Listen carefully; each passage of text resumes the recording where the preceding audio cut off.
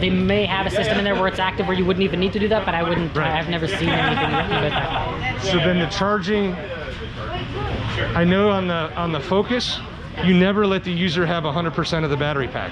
Yep. So when it's plugged in on a level 2 charger, it'll cycle different cells in and out of the pack for the active drive.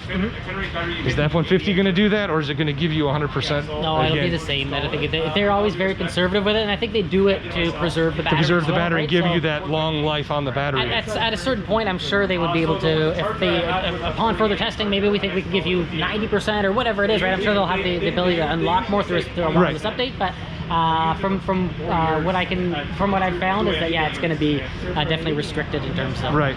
So it's not like the Tesla, where Tesla you just drag it on the battery and you say, okay, I want to charge it to here. That's we didn't want to tell our customers like, hey, charge it to 80. We want our customers to think like, hey, I'm charging this thing to full, charge it to full. But all the meanwhile knowing that, hey, if this is the best way for the battery to preserve itself, right. To keep ourselves, if we can still get our targeted range with whatever it is, 80% or whatever. You're idiot-proofing the battery so people don't brick their car. And especially with Ford, right, we've always known that you tell somebody you can pull 10,000 pounds, they're pulling 13 right away. So it's they've always been very conservative with all of their numbers. You're built Ford tough for a reason. Absolutely. Okay. See, that's what happened. More questions came up as I I had you here. 3 hours to get here. I did. Yeah, no, we're happy to. We're happy to. Again, and they're not kicking me out at a certain time. So again, you get the questions, and then I can go back to the forums that everybody else has asked a lot of these similar questions. And I'm just trying to build up the number of people asking the right questions about the Pro and the cloth, and so that Ford will want to put those options in. No, 100%, because I know that's one of those things where they always pay particularly close attention to that type of stuff, right? The consumer feedback and what they want. Sometimes it can be like regional dependent, where in one country they'll have it offered because they know people in this country love this configuration, whatever it might be. Yep. So they can definitely make differences that way too. Yeah, just like Darren Palmer said, you're not taking that to Europe because it's too big of a truck to be driving around on the roads in Europe. Yeah. Right. Yeah. No, for sure. Yeah, people wouldn't know what to do.